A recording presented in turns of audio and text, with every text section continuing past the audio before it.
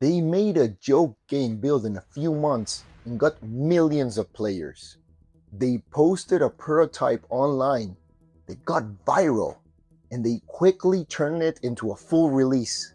Yet, with all this somewhat luck, they continue to ship until they could tell that is not luck.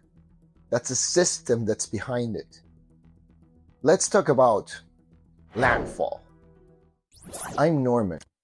I've been in the software and game development industry for more than 10 years, and I made it my life's mission to help as many indie game development studios ship as many games as they can and have a sustainable system that lets them work on their passion for as long as they want.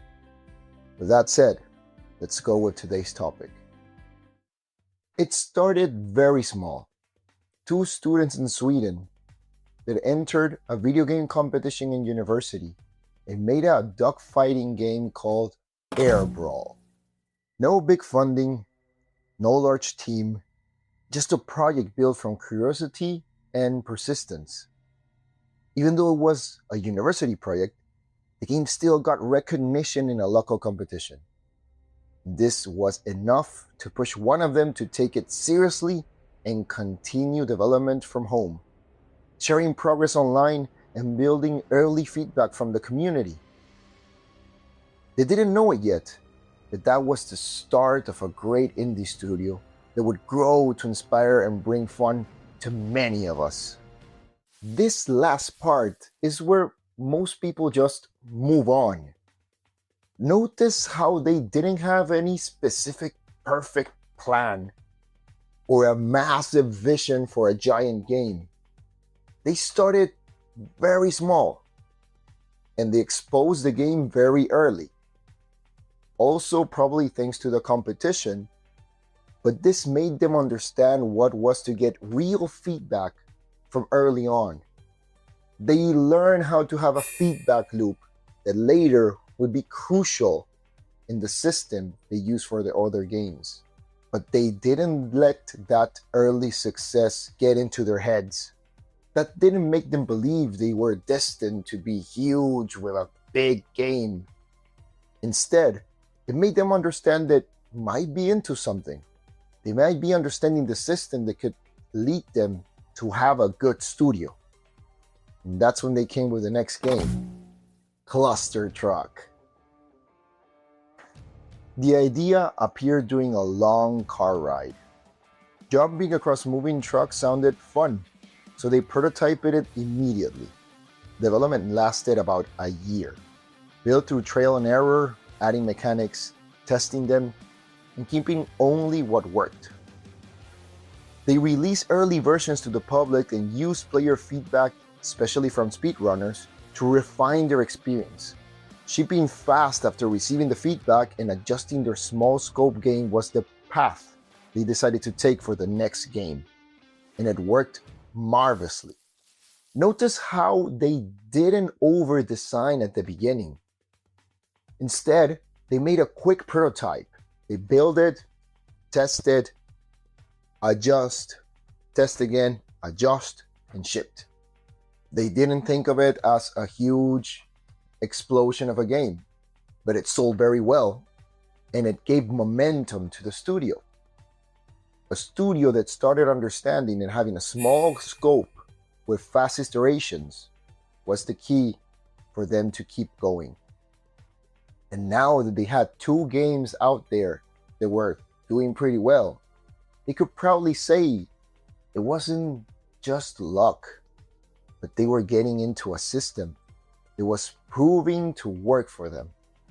With all their success, learnings, and some budget, they move on to make their next game, Totally Accurate Battle Simulator. This started as a game jam prototype. They didn't have an animator, so instead of stopping, they leaned into physics to create movement.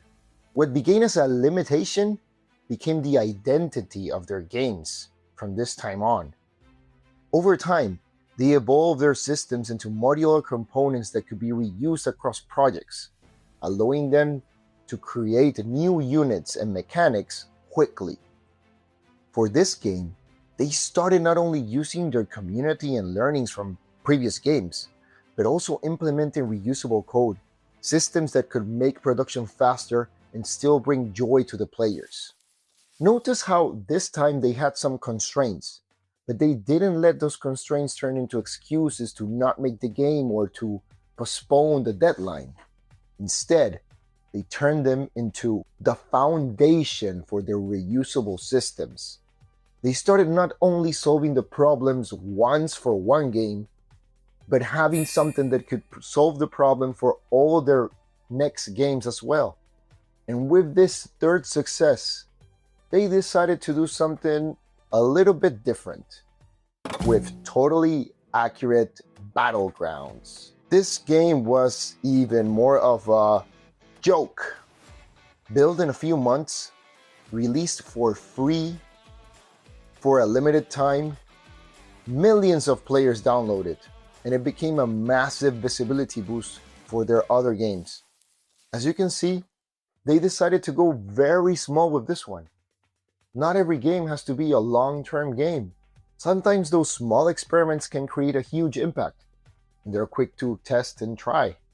They allowed themselves to release even quicker and use that as a learning and exposure for then releasing their next game. Content warning. A small team built it during a 1-month game jam.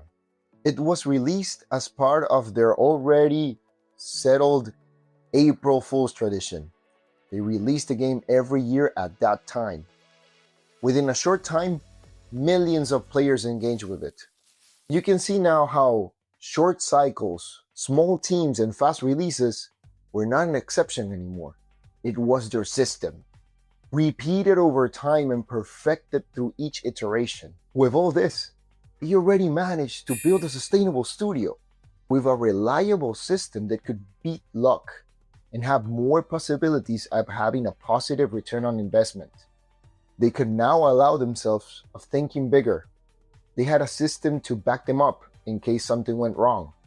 And that's when they decided to make Haste. They posted online a prototype of this game, and it immediately went viral. The team explored the idea and decided to change direction based on the feedback they got from people while showing the prototype, and it evolved into another concept, a different kind of game altogether. In this case, they had flexibility in their direction. They allowed themselves to change the direction until they got a game that was more accurate for the people that wanted it. They made the decisions based on the players, not on assumptions. And they took their time to do this because now they had the ability of taking a little bit more risk, thanks to their stability. So they allowed themselves to take a little longer, even with the irony of the name of the game. After all, they now had a studio full of games to back them up. And they continue making games this way, learning from each one, making something different each time, but with a studio that's already sustainable and that has a system that works. So let's look at the bigger picture here. This is not a studio that bets on one game.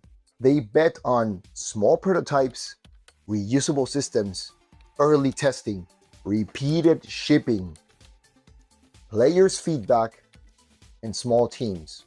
They are not chasing a one masterpiece. They have a master plan. And that is the biggest and most important difference. Most studios make one big game, take years to develop it, and everything depends on it. While Landfall makes multiple games, releases in fast cycles, and learns through shipping. That's why they're still here. They are known for their physics-based games, their chaotic fun, and their consistent releases. If we look at their process, we can find very specific lessons. Start small, test early, show your game before it's perfect, turn constraints into systems, reuse what you built, ship often, and from every release, adapt using the feedback. And learning all these lessons is not about copying their style, but it's about understanding their approach. The goal should not be to make one big game from the beginning, but to become a studio that can keep making games. And that only happens when you stop thinking about one project and start thinking about systems. And that is the secret behind Landfall. If you like this video, please give it a like and subscribe so I can keep bringing you more of these stories and tips for game development. Is there any other studios you know that might have a similar approach? What other studio should I cover next? I have some ideas I left down in the comments. You can comment below. And remember, talent starts games, but structure finishes them.